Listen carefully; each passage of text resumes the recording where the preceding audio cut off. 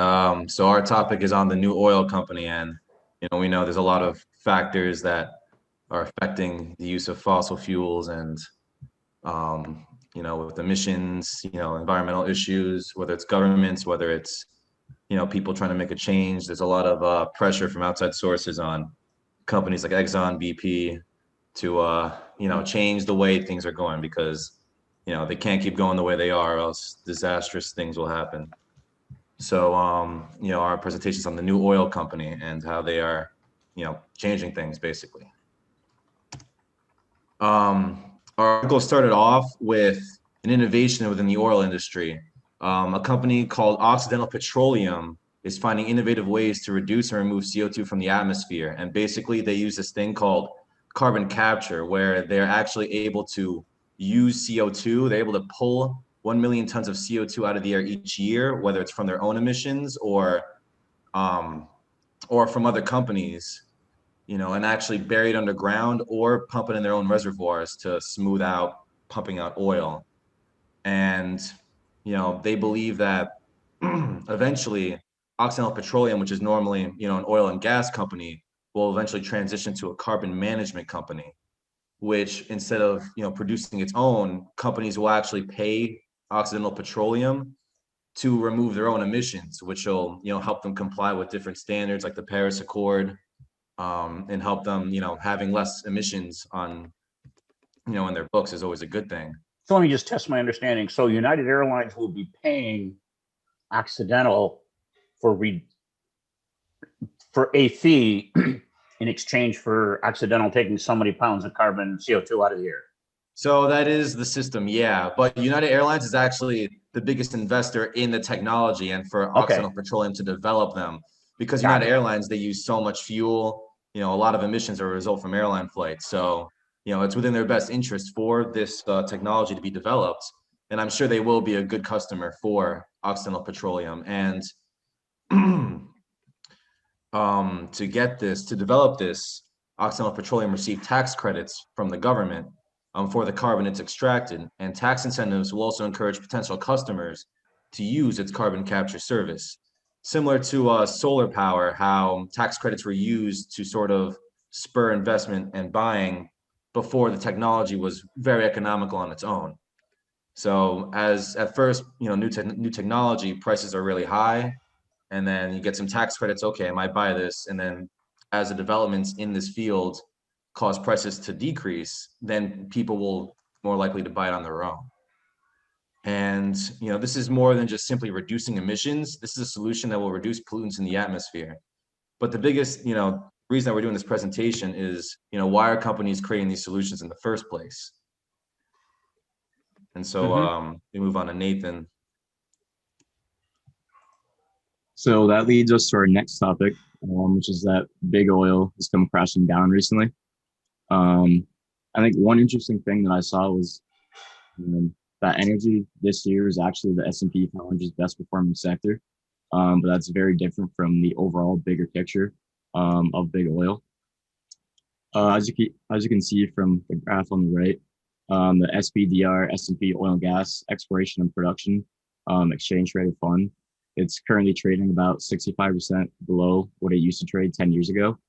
Not only that, but energy stocks as a whole now only represent about 2.7% of the S&P.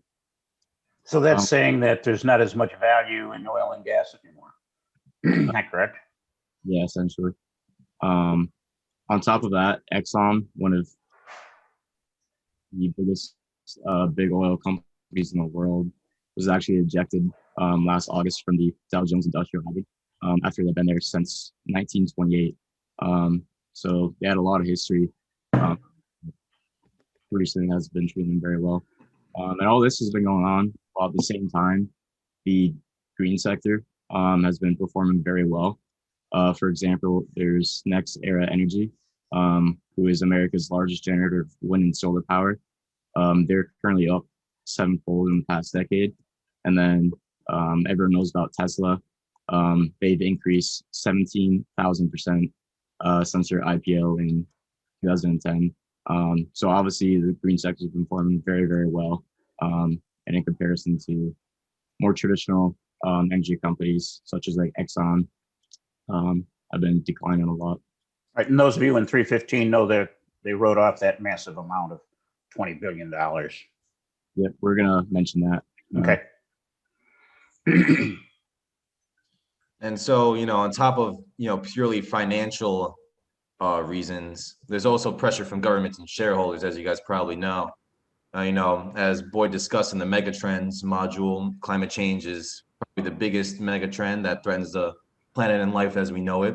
Governments, companies, and environmental activists around the world are pushing to slash greenhouse gas emissions, which is a byproduct of burning hydrocarbons, burning coal, oil.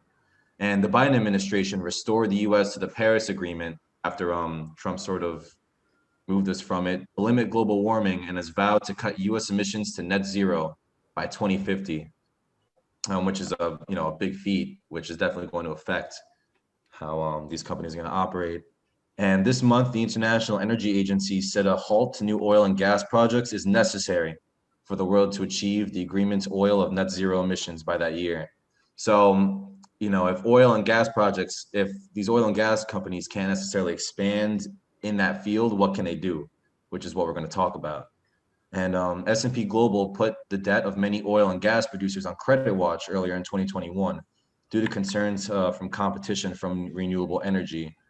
And compared to their fossil fuel counterparts, as Nate mentioned, NextEra Energy and Tesla are seeing great gains as opposed to these companies that are being removed from the S&P 500, the Dow Jones. And lenders are moving to decarbonize their portfolios. JP Morgan recently said that it would align its lending with the Paris Agreement and push to decarbonize its lending portfolios by helping clients reduce emissions and pursue solutions such as business diversification. And major investors such as Vanguard, State Street, and BlackRock, all of which have pledged to support the goal of net zero emissions by 2050 or sooner. So even lenders are, aligning with this, which directly affects, the financials of these big oil companies. Yeah, so one interesting quote article that we found was from Andrew Logan, and he said, once banks understand that demand won't grow to the sky, oil flips from an appreciating asset to a depreciating asset. And this I thought was interesting first because there was a earlier presentation last week kind of discussing the whole how like banks and lenders are moving to more like a environmentally friendly policy. And then on top of that, as you mentioned earlier, from the quiz, kind of touched on how like Exxon wrote off $20 billion of their like gas assets. And, this kind of touches upon that because even though it's not like the banks, it shows that Exxon now views that, their gas assets are no longer valuable. So yeah. Could you maybe take a minute, and we got a mixed people here from 311 and for 300. Could you maybe explain what an appreciation versus a depreciating asset is, and then maybe comment on why they had to write those assets off at ExxonMobil? Yeah, Matt, you want to take that one? Oh yeah, so wait, just explain what an appreciating. So an appreciating asset compared to a depreciating asset is, you invest in it and you expect to make some money off of it. It's something that you expect to gain in value, either from sale or whatever means over time. And this kind of goes back to that the quiz question in FSA, how they had to make write-offs because the value of petroleum and all these other products, is decreased. So they have to kind of write off those losses for tax purposes. And so it's turned to a depreciating asset, which basically means that the value in that is decreasing over time. So appreciating good, depreciating bad. And companies aren't seeing the positive returns from these things as they used to in the past. And what was the second question? I think you answered it. Oh, cool. All right, moving on. So what's next? Now we're going to talk about some other companies, just like the Occidental Petroleum, they're focusing on carbon capture. We're going to talk about what other companies are doing to address these issues. So seem to be two different strategies within like the major oil companies. And it was kind of, they differ from like their continents pretty much. So there's like the European companies and then the big American oil companies. And as for like the European companies, they have ambitious plans to reduce their oil output and also expand renewable energy and their low carbon businesses, while at the same time reducing their emissions. This is interesting because, as you'll find out later, it differs a lot from the American strategy. The European companies are focusing a lot on renewable energy. Because of this focus, they're vastly ahead of their US peers when it comes to this transition. As you can see on the right, kind of relates to what I've been talking about. It shows the capital spending in 2020 for a lot of the major oil companies. And you can see at the top, there's Exxon, and the third is Chevron. So the two big oil companies make up the top three. And on the right, you actually see the percentage of green investments that they've made. And you can see that the American companies have 0% of that capital spending in green investments. But then companies like Total, Shell, and BP, that are European ones, have been investing in green energy. So that just goes to show that, you know, the European companies are really starting to focus on renewable energy and make that transition. And all of this kind of makes like the major European oil companies pretty compelling from an investment standpoint, because they're so like environmentally friendly, like taking on these initiatives. And they also offer a pretty good discount with their stocks relative to the US counterparts, because most of them trade around like 10 times the value of their next year's expected annual returns or earnings versus 17.6 times for their American competitors. So two of the leaders in the European big oil industry, it's BP and Royal Dutch Shell. You've probably heard of them. So they have fairly similar strategies. BP believes that global oil demand will probably fall by 10% this decade. And because of that, they plan to cut their oil and gas production by about 40% by 2030. And they're also going to invest $5 billion in wind, solar, and biopower, using the cash flow from its legacy businesses to fuel its low carbon initiatives. And on the other hand, Royal Dutch Shell also wants to bolster their clean energy trading, focusing on selling electricity to consumers, and also building electric vehicle charging stations as part of their plan to reach net zero emissions by 2050. And one thing I thought was interesting was that recently Shell became the first major oil company to put its climate strategy to an advisory vote. And at this vote, almost 89% of their shareholders actually approved the plan. So it's pretty clear that their shareholders, their interests align a lot with these new like environmentally friendly initiatives that Shell is taking on. Do you think this will move to other oil companies too, the same thing? Yeah, like the vote? Yeah. Yeah, I wouldn't be surprised. I mean, obviously like the shareholders are demanding a lot out of like the big oil companies when it comes to kind of changing their ways and transitioning because of like climate change. So I could see that pretty likely.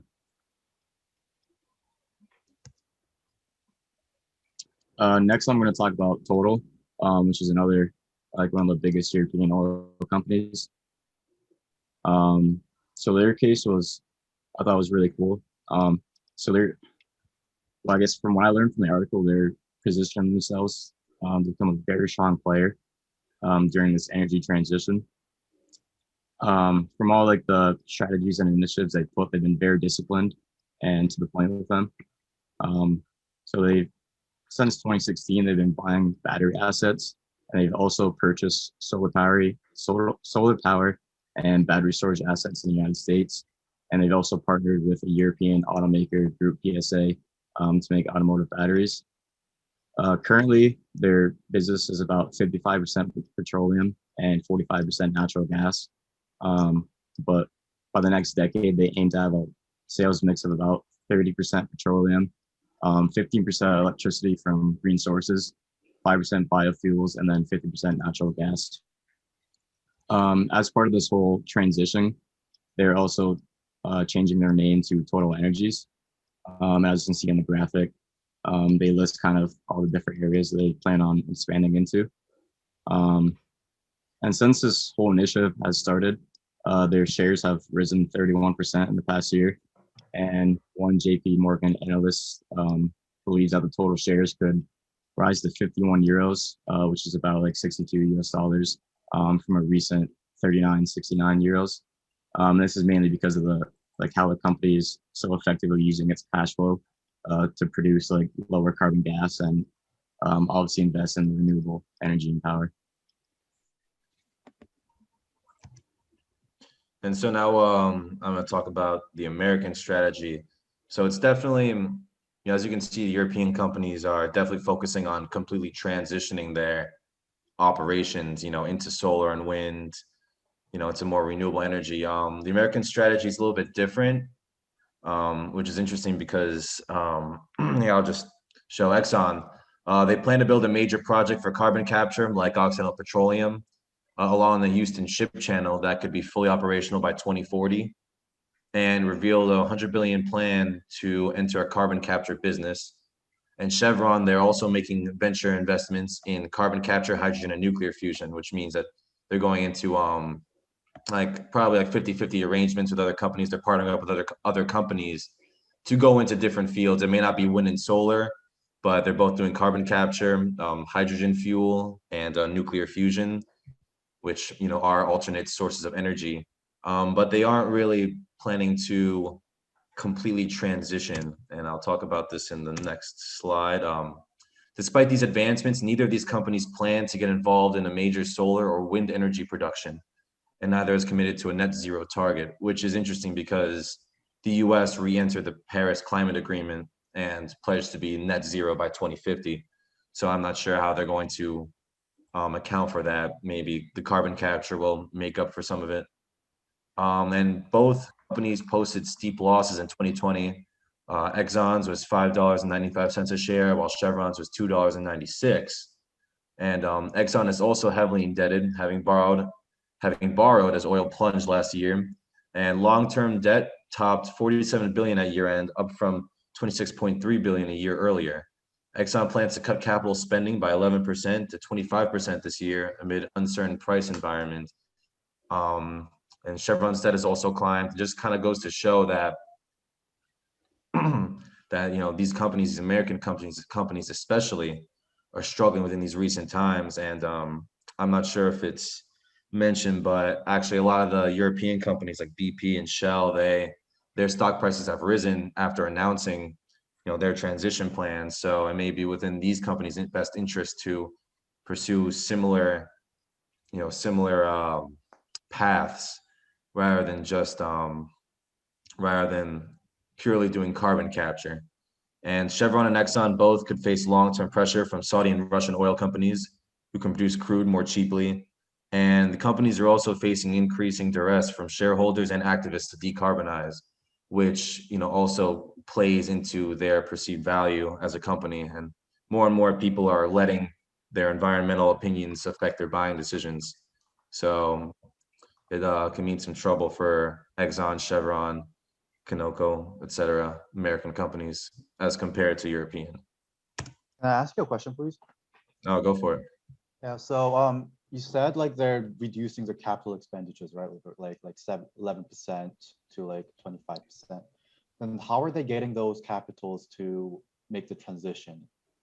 Do you think it's going to be like they will have enough money to make that transition, or they need another source of capital to make that transition? Because it's pretty expensive if you're like moving into nuclear and.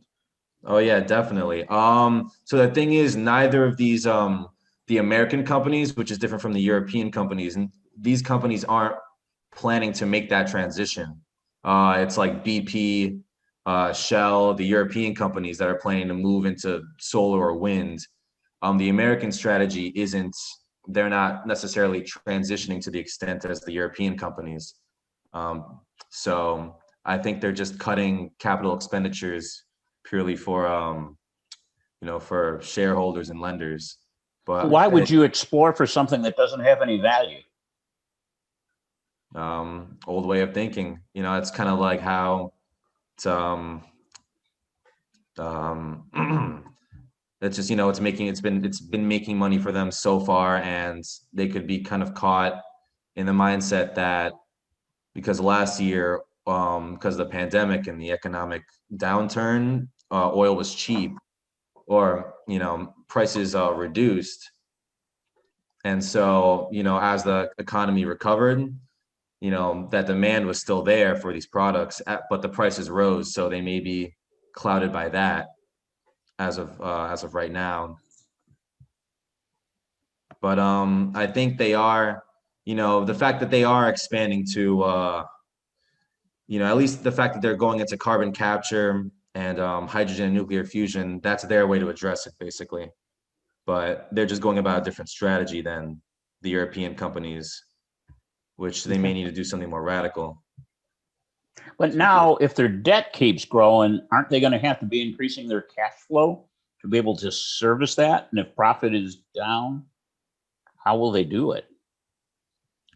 I'm not sure, and that's why we're about to talk about that. We kind of think that the European companies are handling this at in a better way than the U.S. companies are. And so we're going to talk about why does it matter. Daniel Yergin, veteran oil analyst and vice chairman of IHS Markit, says you're seeing the biggest difference in strategies among major oils that we've had in decades. So, whether we think the strategies are effective, the fact is that these different companies are pursuing different paths to try and adapt to the changing times. And the transition will have certain risks associated with them for the companies and will rely on fossil fuels for the foreseeable future. CEO Darren Woods said that oil and gas would still be 46% of the world's energy mix in 2040, even under the Paris Accords goal of limiting global warming to 2 degrees above pre-industrial levels. And it took about 100 years for oil to replace coal as the world's dominant form of energy. So, as much as we might want these companies to kind of completely shift over their operations very quickly, the reality is that we are going to be relying on fossil fuels for a while, even as that transition is moving forward. And Nate, you got the last part? Yep. So this all kind of led us to believe that the European companies appear to be positioned better for this transition with climate change than their American competitors. As we kind of discussed earlier, the American companies seem to just be kind of stubborn with all this. They're taking on more debt, and they're also not really doing a full transition that their European counterparts are. One thing I thought was interesting was that one of the analysts in the article mentioned how there's even still some risk with the European way. Their main kind of thing that they questioned was whether those companies could actually execute this, their full transition plan, even amid a lot of excitement from their shareholders and obviously their stock prices increasing from their nice initiatives, but still a lot of risks and questions involved with that all. And I guess finally, probably the biggest reason why it matters, as you're learning with the mega trend in the class, climate change is a very huge issue at the moment. It requires some action, and both the free market and governments are incentivizing these businesses to alter their strategy. So, okay, yeah. Dennis, do you think this focus on reducing carbon emissions is something that's going to stay with us, or do you think it's just a passing fancy? I definitely wouldn't say it's a passing fancy.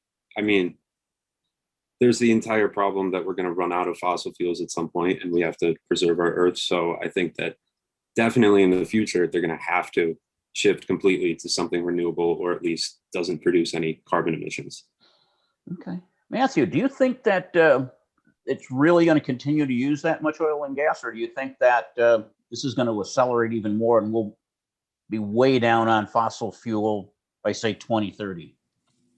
I You think, think we're going to beat it up and do it faster? are you talking to me or the? Yeah. Oh, yeah. As long as you're there, Matt. Sorry. Yeah, I think that we right now we definitely need it to an extent, but I think it could be reduced. And I don't know. I think the way that the United States are going about it is like just for money, and I feel like the European countries are looking at the bigger picture. Okay. I have a little comment on that too.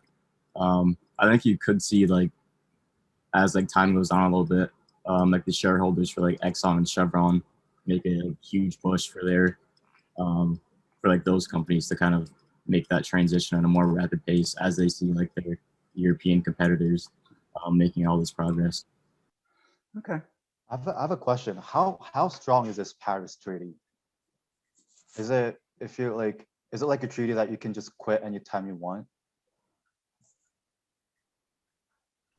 Because I just feel like if like the United States, right, they quit the Paris Treaty during Trump and like they're joining back in. So it feels like it's not like a very strong bond or a treaty. And from the US, like the US company side, I just feel like, right, it's not a strong thing. I think we think that the fuel is more profitable than converting into energy, like renewable energy. So maybe that's what's causing the delay in transition. Yeah, I don't really know much, like a whole lot about the Paris climate agreement, but that is definitely a good point. Seeing that the U.S. just backed out of it and then rejoined a little bit earlier this year. Yeah, I'm not exactly sure how that plays into the whole like Exxon and Chevron thing, though. To be honest, How does it affect a company like Constellation from Q and G? Are they sort of part of, how do they contribute to this carbon situation? I'm not too familiar with the carbon situation, but I'm more familiar with the water situation. Oh, okay, go ahead. They're trying to, I would say, the water waste is also a big kind of social issue right now for the UN at the same time. And they are definitely implementing some procedures and they're building factories to help the water, I would say, waste. Mm-hmm. And they do have goals and they are aligning with it. I think all the beverage companies in general too, they are all aware of this water situation. For example, Coca-Cola at the same time. Okay. So I think this kind of, this issue is pretty global among companies. Okay. This one is for Riley and Madeline. Why do you think the Europeans are different than Americans? Any thoughts? They've always really been ahead of us, I think. And they just, I mean, it's hard to speak for the Europeans, but we are definitely a lot more behind. But I do personally think that it is going to get a bigger jump before, was it the Paris Agreement said 2050, right? Mm-hmm. I definitely think it's gonna take a hit if they don't make a plan, because the activists are not gonna, people are gonna say that they need to get a go on. Okay. Madeline, what do you think?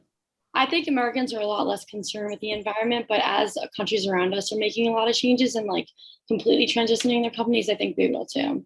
Why do you think Americans don't? Obviously, there's some that clearly do and others don't. Why do you think others don't believe this is something that needs to be addressed? I think a lot of people wait until they see the effects directly in Okay. America. In other countries, not as much. Okay. Where are you located? I'm on Long Island. Okay. How hot did it get there the past 2 days? Very hot. Okay. Is that normal? Thinking back over this being the end of June, and do you remember many days this hot? I don't know about this hot. Okay. Great. Okay, we got the next one coming up. Any other comments, questions? What did you learn, both Matt and Nathan, from doing this about how you work. Did you guys know each other? Yeah, we know each other. Okay. How was it working together? Liam, I'll get back to you. It was pretty easy. We just kind of like FaceTime each other and just like shared the slides with each other and worked on it. Okay. 2 peas in a pod. Okay. Liam.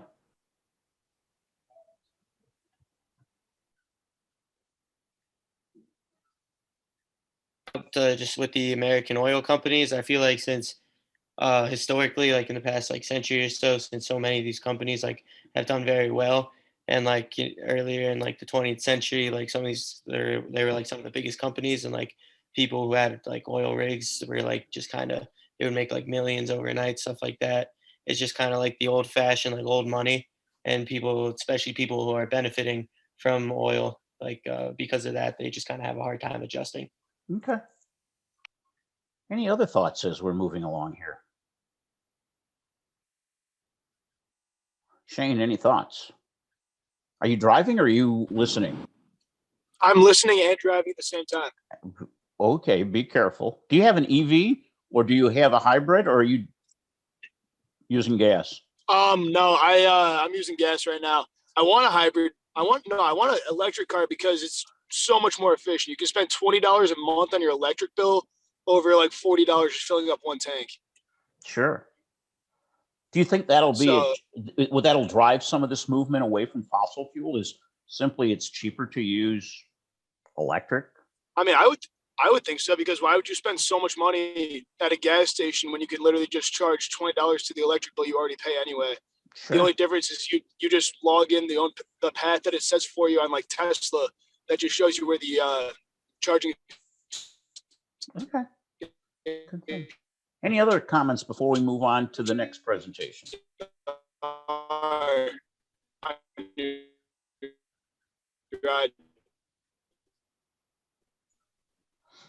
Okay, good job, Matt. Nathan. Next up, whoa, what happened? We have Jonathan Just stop sharing. and Madeline, right? It's all yours. Yeah. We just had Dennis. No, everybody's here. So